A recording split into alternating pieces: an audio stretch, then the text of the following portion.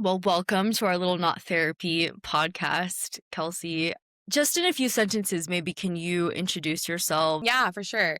I am Kelsey. I just turned 30. Also, just finished my Saturn return. Thank God. I'm in Brooklyn, New York. I'm married. I've been with my partner for 7 years. We have two cats, very naughty, but like loves of my life. I've been sober from alcohol for about a year and a half, but I recently stopped all substances and I'm at 50 days of that. So, like, trying to go to meetings and like lean on my sober community. Another act of choosing myself was I quit my corporate job back in November and I started to teach Pilates full time. Part of my story is chronic pain. I have hypermobile Ehlers-Danlos syndrome, which I feel like is all the rage now that Lena Dunham's book came out. Like, people actually know what it is. But it's really important for me to like help people get out of pain. And also there's like some intricate roots with pain and trauma. So like being trauma informed and being sensitive. You use the word roots, and so my mind kind of hooked on to that. Let's talk about some of your roots. There's definitely a lot there. The through line is I'm like an undercover people pleaser. Maybe some people in my life wouldn't be like, oh my God, Kelsey's not a people pleaser.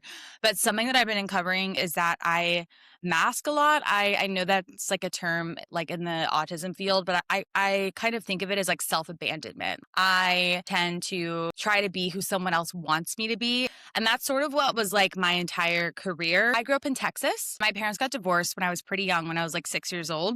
It was sort of like my entire life, these two separate worlds. I was primarily living with my mom and my older brother, but my dad had this very like sexy lifestyle of like, he just was the one who had like more money and he drove these like nice cars. And I kind of like put my dad on a pedestal growing up of like, I want to be like him. I grew up riding horses because that was my mom's job. She would go to the barn every day, teach people how to ride horses. I spent like my entire childhood being around horses, and it was like one of the most special things ever. But we encountered like struggle after struggle after struggle. Like, once my parents got divorced, we had like no money. My dad, in the midst of all of this, was like a very severe alcoholic. He was very like functioning in the fact that like he had this like really amazing career, but my mom was like grinding every day to provide for me and my brother. My brother is like pretty severely mentally challenged, I guess. When I was growing up, he was diagnosed as autistic. All of the energy in the house like went to him and making sure that like he was okay. It was just very, very centered around him. So like I had to be this like good girl. I had to, get good grades and be really sweet and be like a daddy's girl and like be like my mom's best friend to like take the pressure off the house because my brother was struggling so much. He just, took a lot of the energy of the house. Things came to a head. Basically, my mom had this whole thing. She like always struggled to like hold down a job and all of these different things. So we ended up moving from Texas to Maryland, like back where she was from, when I was like 13 years old. We had this long road trip from Texas to Maryland, and it was just me and my mom. My brother was like staying with a family friend like while we got settled, just because the change would have been like a lot for him mentally. And I remember being in the car plotting like, I'm going to be this like brand new person when I get to Maryland. I felt like back in Texas, a lot of who I was wrapped up in my brother. Like, I remember having teachers say to me like, oh, are you Chris's sister? Like, no way. Like, you're so different than him. So I was like, I'm going to have this brand new start where no one knows who I am. Anyways, I get to middle school and I got in all this like stupid drama where I was bullied and then I was the bully. I had a huge falling out with a friend group, and I was like hiding in the teacher's room and eating lunch there. The girls were walking down the hallway, like making fun. They would like stick their chests out and smack gum. And then they'd be like, oh my God, I'm Kelsey. So once I got to high school, I was like, that was crazy. I'm just going to like lay low. Sophomore year, that's when I started smoking and drinking and doing drugs. It was actually like an interesting inflection point because my brother was actually doing a lot better because he ended up having to go away to boarding school. And when he came back to live with us, he was like a changed person. But I still had all this trauma from like his anger issues and all the times he had to go to the hospital and like all the fights that he got into. So I didn't fully trust him. He was like trying to make amends with me, but I was like, okay, now that my brother's okay, like I can finally get some attention. Yeah, it's no coincidence that he comes back, he's stable, and then you start to Felt be like I not. didn't have permission to like be that, like I had to be perfect. Finally, I could, I don't know, just be like a stupid teenager. I was really bad. Where I grew up, the cops were like super, super strict, like about underage drinking and cracking down on parties. I remember when I was like walking home from a party in my neighborhood and the cops started like chasing me and my friend. I had to like tell them where the party was to like plea for my innocence, which like they were like a little excessive. I ended up getting like so many underage drinking citations. I was always the friend that was like blacked out. I was like a blackout crier. I think because there was so much going on in my household and like so much grief about my childhood that I didn't have. And my dad, who was like not super present and was drinking and like didn't financially help my family. I just felt like every time I drank, I would feel like I could finally let go. Like I finally didn't have to have these walls up of like who I wanted to present to be. Sometimes that would work and I would have so much fun and I would like make all these friends and I would feel like not self-conscious at all. But then sometimes I would drink and I would be an emotional wreck. I had to appear in court in Virginia for underage drinking when I was over 18. Like that was something, waking up in the ER. Let's do a quick highlight reel. Highlight Highlight reel, reel. worst happy moments. Oh my God, I have some really bad ones. Being in the car with my friend while she got a DUI and I was hungover from the night before. I had lost my phone that night and they breathalyzed me and I still blew numbers from the night before. It was my second underage drinking citation over 18. I went back to college in Boston because I was a sophomore, and then I had to fly home, appear in court in Virginia. My mom told me to tell the judge that I like went to Boston University and that I really cared about my education and and the judge was like, "You think you're better than us?" He's like, bullshit. Yeah.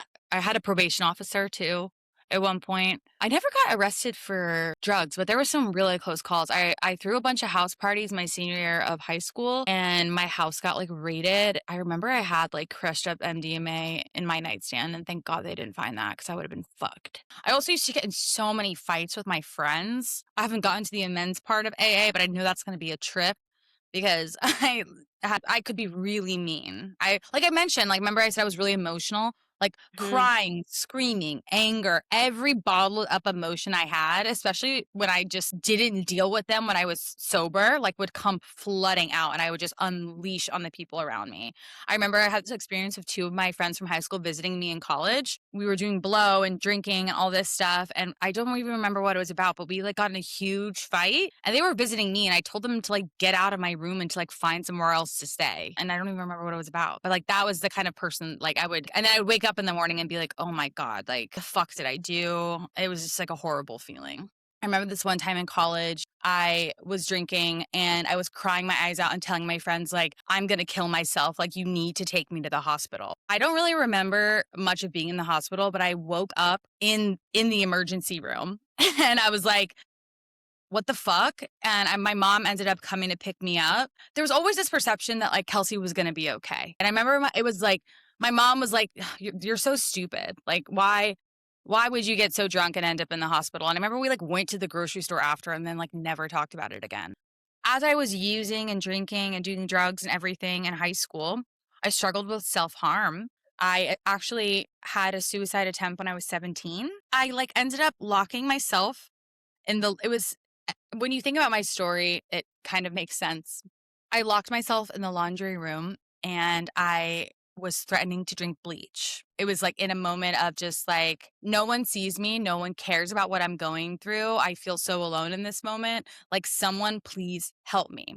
My mom, after years of kind of ignoring and, Kelsey's going to be okay. Kelsey's going to be okay. Finally took me to the emergency room. When I got there, I felt like I had already figured out my way to talk to doctors. Like, I don't have a plan, It was spur of the moment. And so I ended up in a partial hospitalization program where I had to go to the hospital from like 9 to 3 every day. To be honest, when I went to partial hospitalization, I was like, I had the time of my life.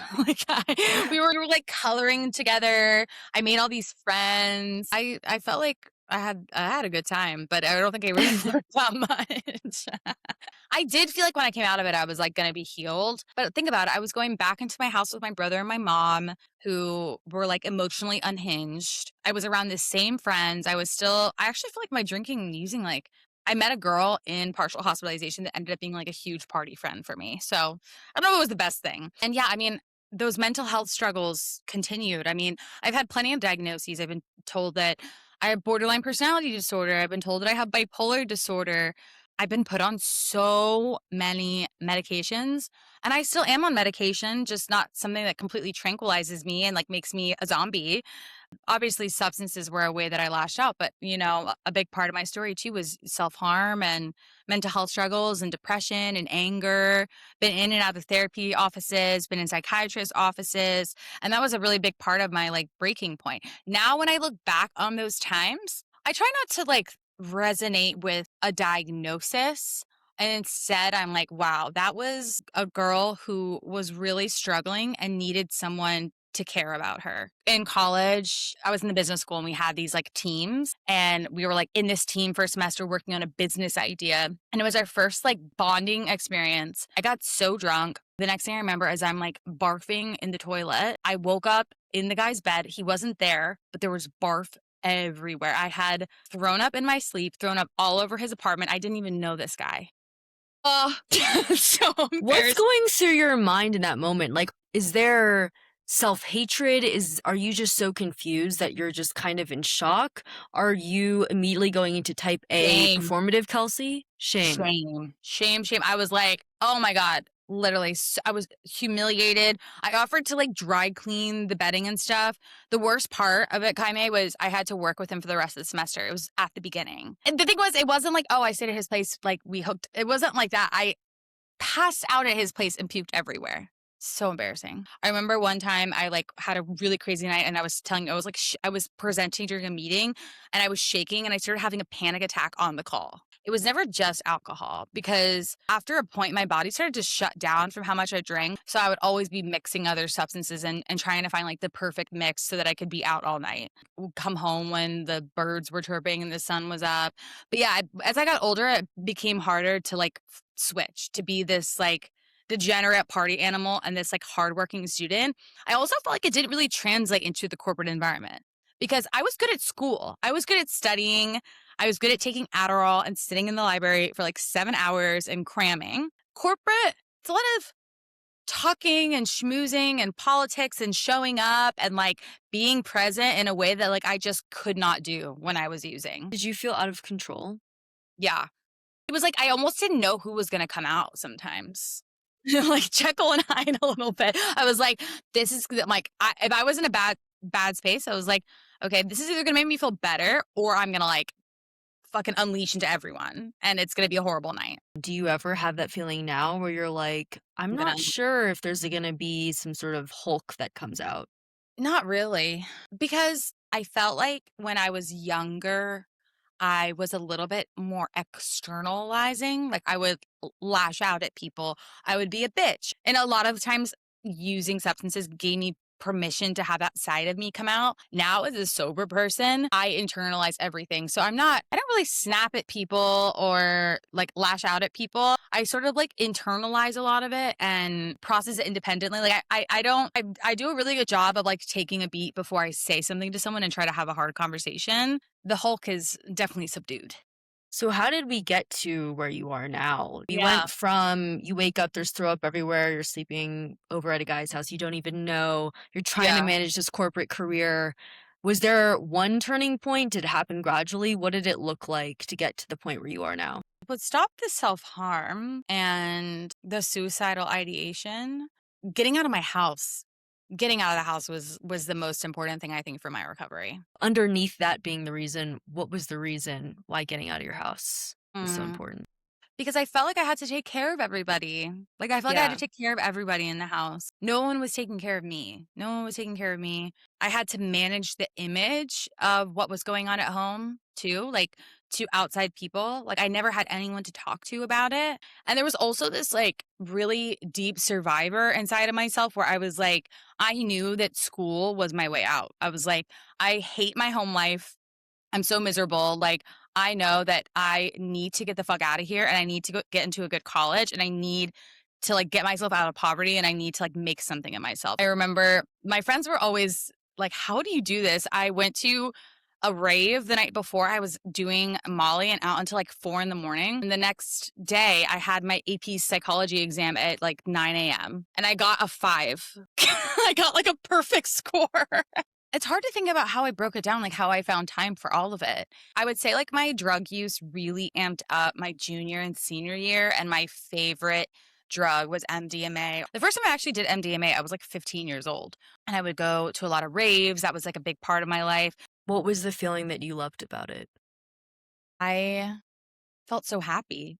And oh my gosh, I felt so connected to the people around me, which is really hard for me to feel sober. And even sometimes now, when I'm talking to someone, there's this like wall up. I don't want to be hurt by you, so I can't let you completely in. But when I'm using, it's like easier to feel love. It's easier to give love. It's easier to be like in the present moment. I think where it got really tricky for me is I started to like really hate who I was when I was using. Like, I mean, I know we all feel that way when we like wake up with anxiety and stuff, but like, especially as I got older and started working a corporate job, I would go do stupid shit all weekend. And then I would like try to log on to work on Monday morning, and I'd be like talking in a meeting and my voice would be like I'd be shaking. I'd feel so sick from everything that I did that weekend. And so it started to affect my work, and it started to really affect like my self-worth, where I was like, does anyone actually like me for me, or are they liking this person that I am when I'm like the life of the party? Like, does anyone in my life actually know who I am?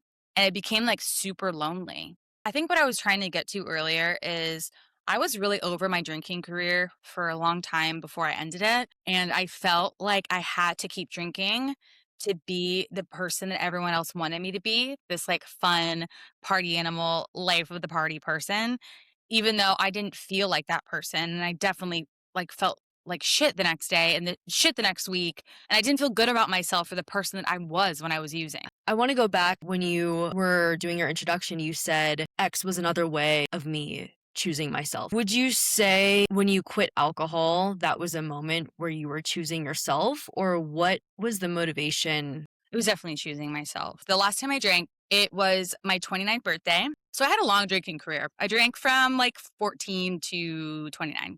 So there's a lot of time. And to be honest, in that period, it wasn't like the entire time I was a blackout drunk, waking up in the hospital. There were moments where like I was actually like pretty fine, but then there'd be these nights when I would just like take it way too far. My 29th birthday was one of those nights. I was out with my friends and we went to an omakase bar, and it was an unlimited sake starting at like 6 p.m. Everyone arrived late to omakase. We like had to drink and eat and do everything within like 45 minutes. Before 7 p.m., I was blacked out. And I remember I was having a really hard time at work at this point. I had like been in the car on the way to dinner being like, I don't give a fuck tonight. Like I am going to send it. Like I just want to be out of my body. I don't want to like live this life anymore. I'm not going to try and be mature tonight. Like I'm really just going to like let loose.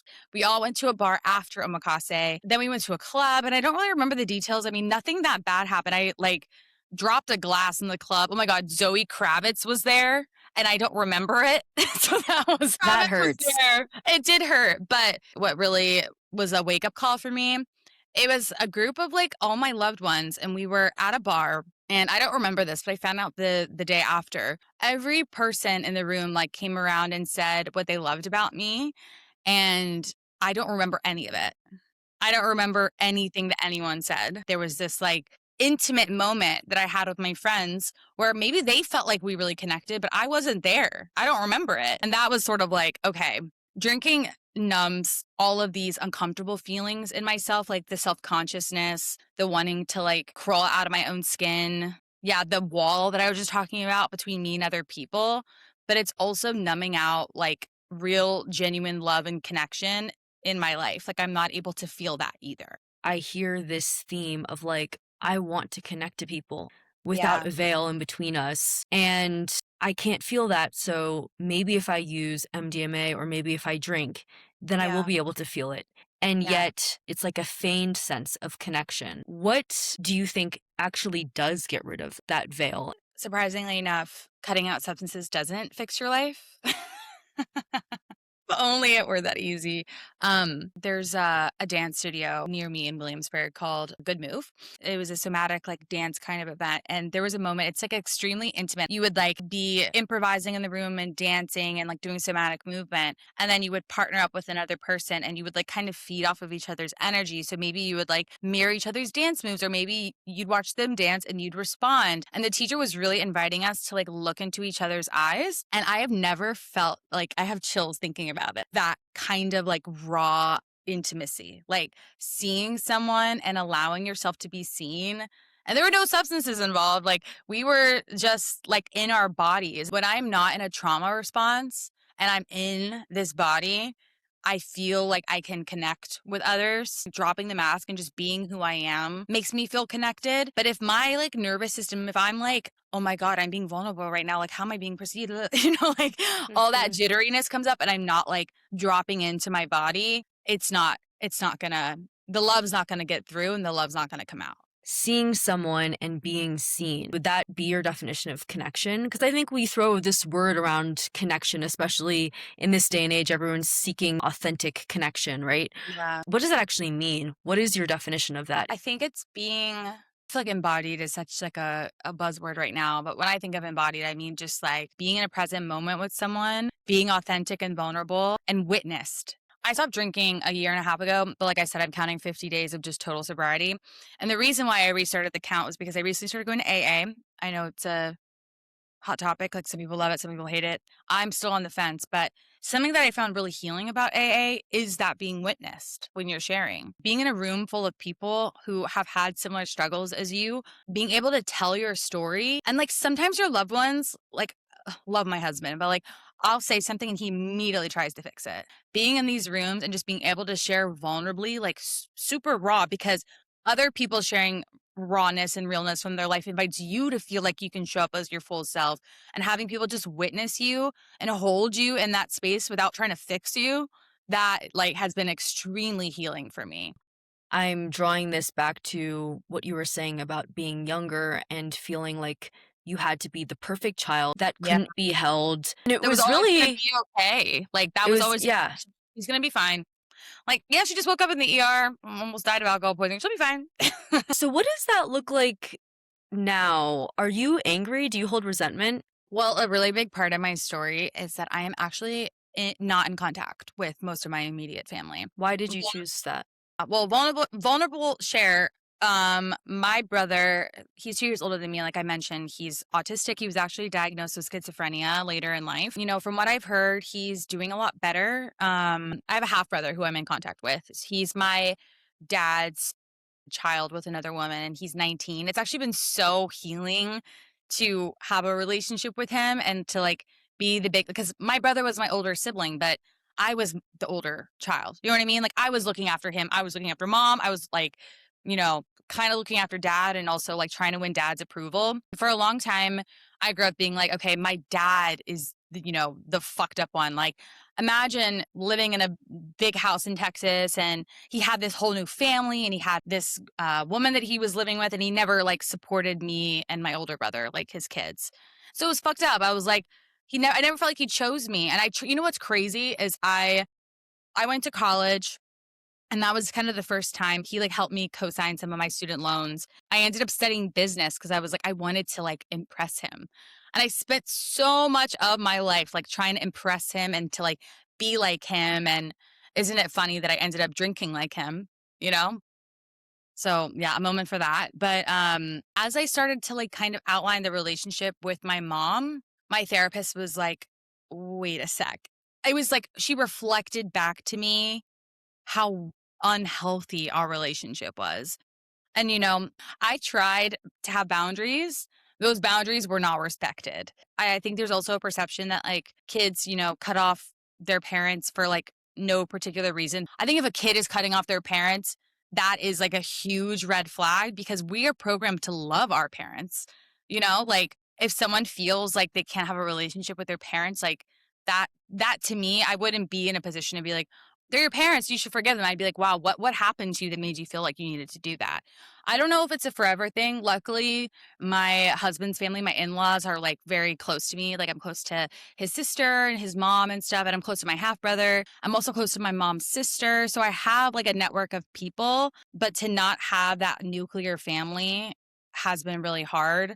But I actually don't know where I would be if I spent the last 6 years still in contact with them. I probably would be financially supporting them. Um, I yeah. agree when you said we are programmed to love our parents. So I imagine it hurt an awful lot to cut them off. How did you digest that hurt without turning to drugs or alcohol? To be fair, the first 5 years I was drinking. Yes, So the you first cut 5 them years. off during this The time. pandemic, yeah, around the pandemic time. I was still drinking and I was still using. I don't blame my parents for how I drank. I think I drank because I have complex PTSD, like from my childhood, and I didn't know how to cope with some of those feelings. I've been in therapy this entire time since I stopped talking to them. I don't know if I would have been able to sustain this long period of no contact and of now being sober without being in therapy and without having that support. But and also, I don't know if I would have been able to do it if I hadn't found support and my friends and my partner and my in-laws. Like I feel like I really do have a non-blood family here in New York. I think I might have the skills, but I don't think I have the boundaries to have them in my life. I'm still working on masking and being a people pleaser. I mean, a huge thing that I'm working through right now is how do I show up in social places without using? Part of the self abandonment was making a joke out of everything, like making fun of myself, making fun of others, making fun of my husband, like doing anything to get a laugh. Like when I was a drinker, I would flash people or like stand on a bar or like just crazy. Like I would do anything for a laugh. So like now I've been experimenting like, oh, maybe I can just show up and be low energy and not have to make everyone laugh and not try to be funny. My mom put me in talent shows growing up. So I was always, I was a performer. I remember when I was in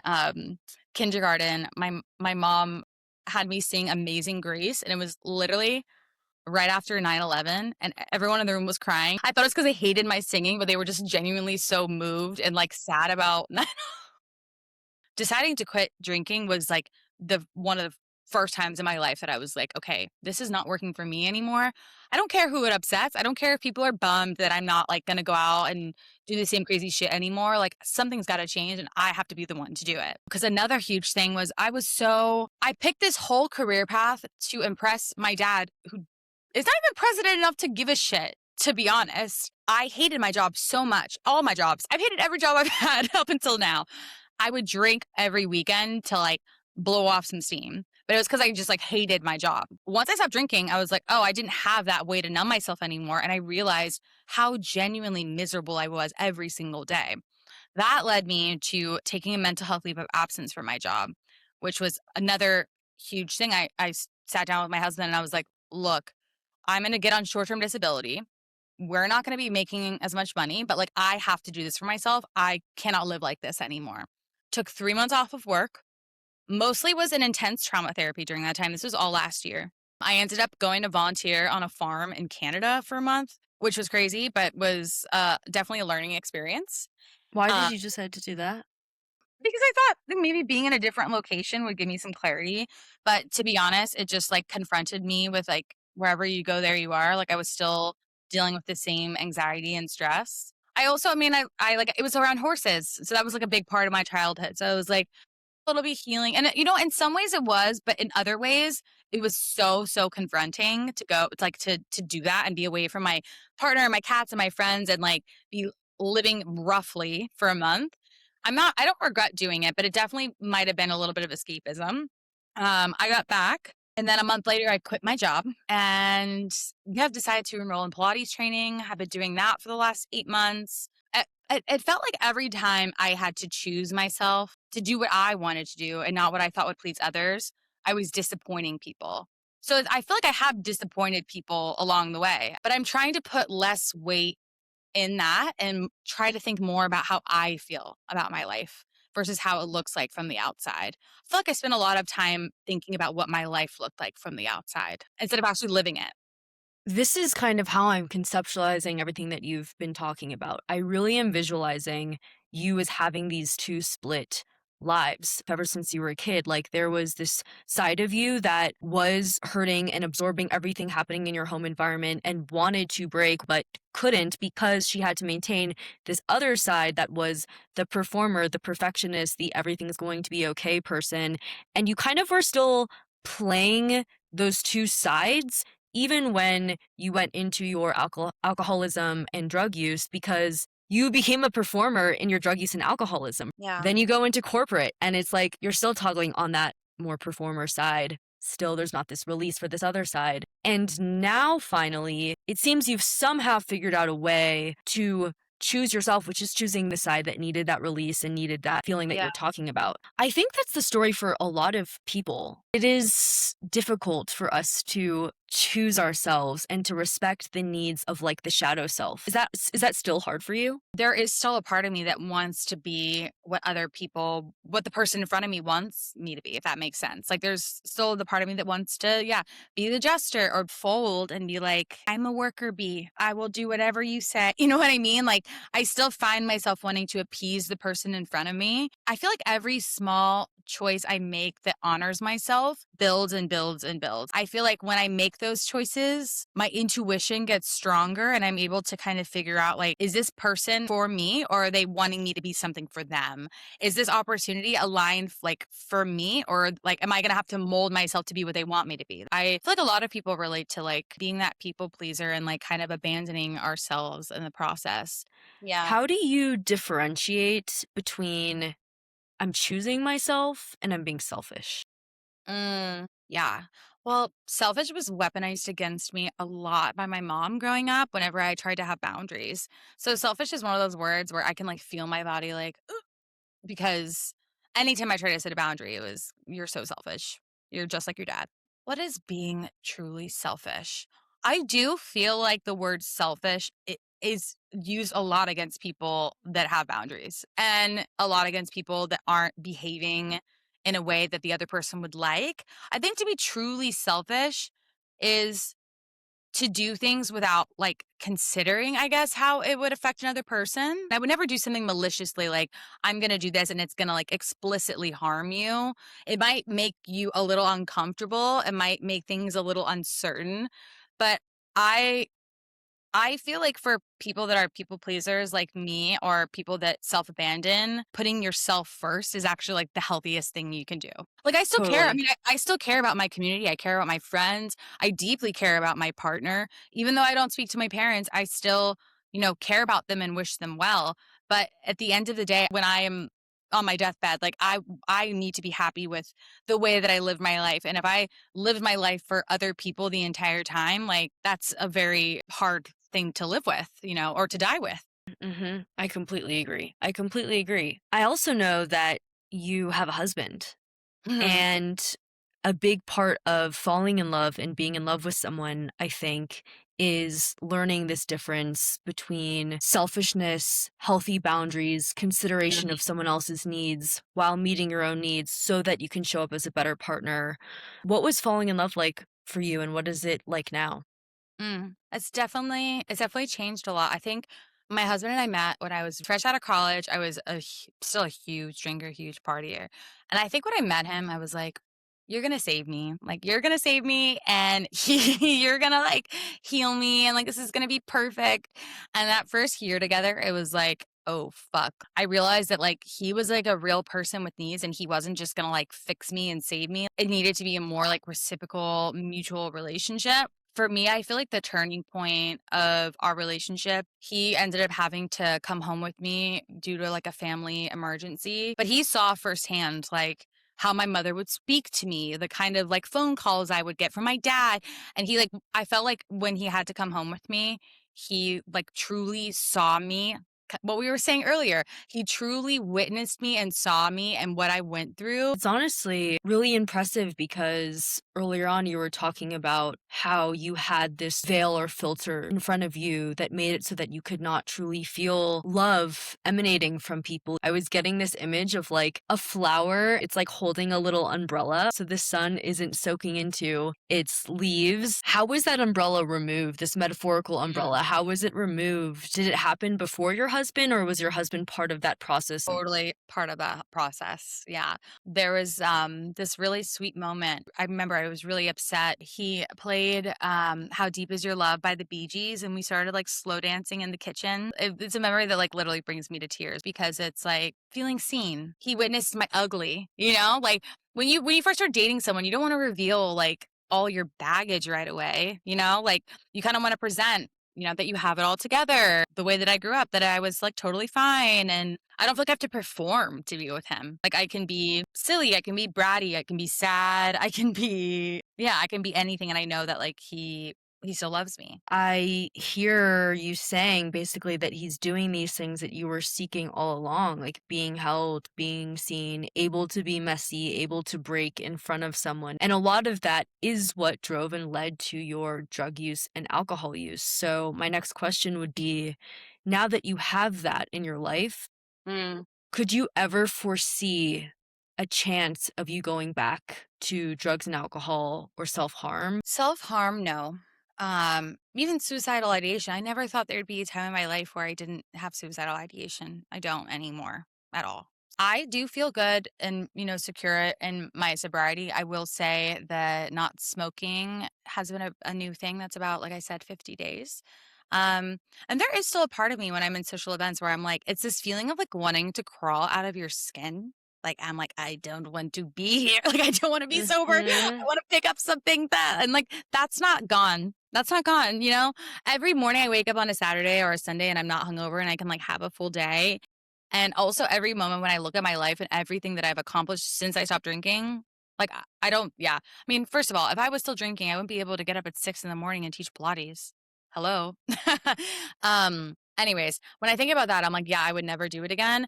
What I'm trying to navigate now, which I know a lot of young, sober people, especially if you're like in a party city like New York, have probably experienced is, does it still feel nourishing to be in these spaces where I feel like I want to pick up a drink or smoke?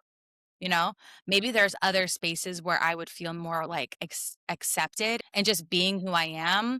And maybe some of the spaces that I've been in are not the most nourishing for me anymore. So having that Mm. discernment to be like, do I still want to be in those spaces? Do I still want to be in these environments where I feel like I need to mask, where I feel like I need where I want to pick up, where I want to use, where I want to dissociate, where I want to be out of my body? For me, the places where I don't want to dissociate is like being in nature or like being around like-minded spiritual people, being in an AA meeting, being in the somatic dance environment. You know what I mean? Like all these different things where we're able to be raw and vulnerable and real. In the New York party scene, there's just the veil, as we were talking about the veil is quite thick. Like everyone's trying to be somebody and appear like somebody. And it's like, you can't break through, you know?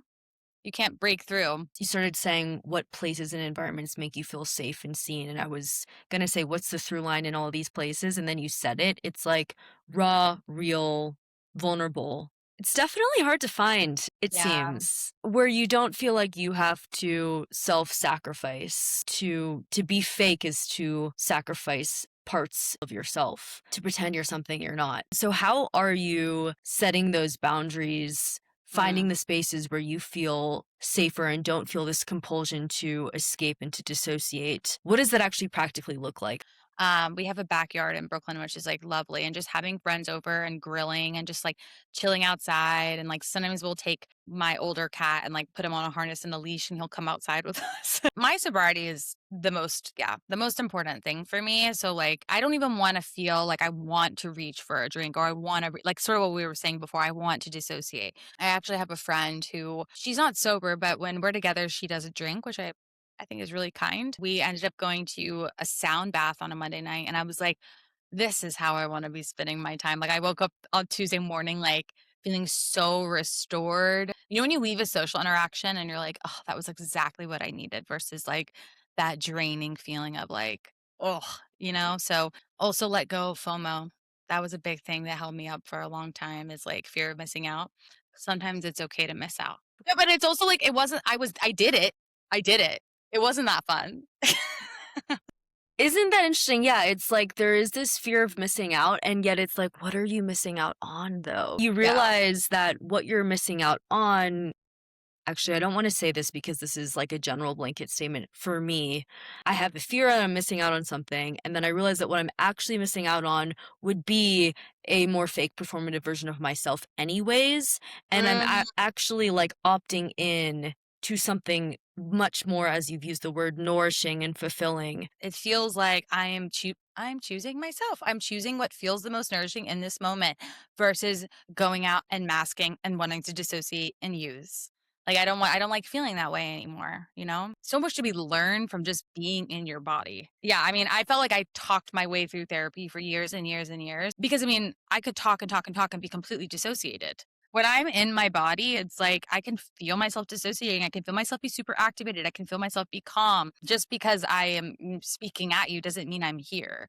Like being in my body is a completely different experience. In a way, I felt like my body was screaming at me just because it wanted to be lived in, you know, because I spent so long Totally. neglecting it. If you could bring specific tools that you've learned to Mm, find safety in your body back to the moment in your bathroom threatening to drink bleach, or you've woken up and you've thrown up all over this bed, what yeah. would those tools or skills be? You know, if I'm being honest, like those felt like such moments of crisis that like some of the somatic tools that I know, I'm like, I don't know if that would have broken through for me. Those times that I think of were such long-standing times of dissociation. I think what I needed, to be honest, was genuine safety. Once I moved to New York, got an apartment, started making a little bit of money, stopped living in survival mode over money, met some people, met some good friends. There was like a baseline level of safety. You know, they talk about Maslow's hierarchy of needs. Like my needs were met. My basic needs were met, and then we could start focusing on, like, returning to my body, if that makes sense. Like, my body back then was, like, this scary thing that, like, I had to dissociate from it. I had to, like, leave my body but by using or whatever. But, yeah, I think I give myself a little bit of compassion that, like, I also wanna be realistic that I don't know if those things would have worked for me back then.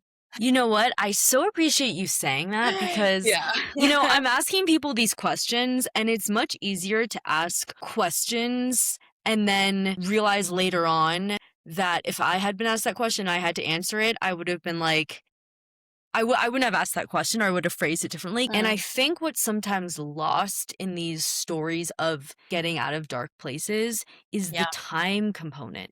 So I think that is way more realistic, and that's not necessarily the answer people want to hear. Yeah, and I mean, think about it, like, imagine telling that teenager who was starting to drink bleach in her bathroom, "Have you tried meditating?" I actually do remember a therapist say that shit to me, and I was like, "Are you tripping? Like, do you know what I'm going through right now?" Like, what would have been most useful in those times would have been having someone to talk to. I don't know, like an older sibling in a way that like, you know, isn't actually your sibling, but someone who is older than you, has been through what you've been through, has the same lived experience as you, and can like give you advice and like show you that there's a way out. I think that that was the hardest thing for me is because like, yeah, I didn't have that. I didn't have someone who'd been through similar shit as me and like made it out. Even real, like I didn't even know that getting better was a possibility because I didn't have anyone to model that for me. Hope is a hell of a medication when Yeah. you So need it, real. you know? On a lighter note, I guess, can you walk me through a specific memory, a specific day, a specific morning you have had recently that younger Kelsey would have been like, "Psh, fuck no, I'm not gonna have a day like that." I love this question. I feel like younger me would think 30-year-old me is so fucking cool. And it's all remember that sometimes. So I live in the garden unit of a brownstone in Brooklyn and like a really cute neighborhood. And I usually make coffee and espresso. Sometimes my husband makes drip coffee that I have. This day he was in the office. So it was just me and the cats. I wake up and they're like all cuddly and sweet because they're so sweet in the morning. I go outside and I drink my coffee on in my backyard. We have like chairs and a table. It's a pretty big backyard. And my neighbor has like wind chimes that you can hear in the wind. And there's this big tree. I've been reading The Pivot Year. I don't know if you've heard of that book, but Hmm. it's short, like little daily passages just about like a year in your life where things are changing, which I felt was really applicable to now. Sometimes I do a little bit of energy work. I think I shared about this with the group. Source point therapy is a sort of like energy healing modality. And sometimes I'll do session on myself. What I've been really loving about my days recently is, yeah, getting to help people.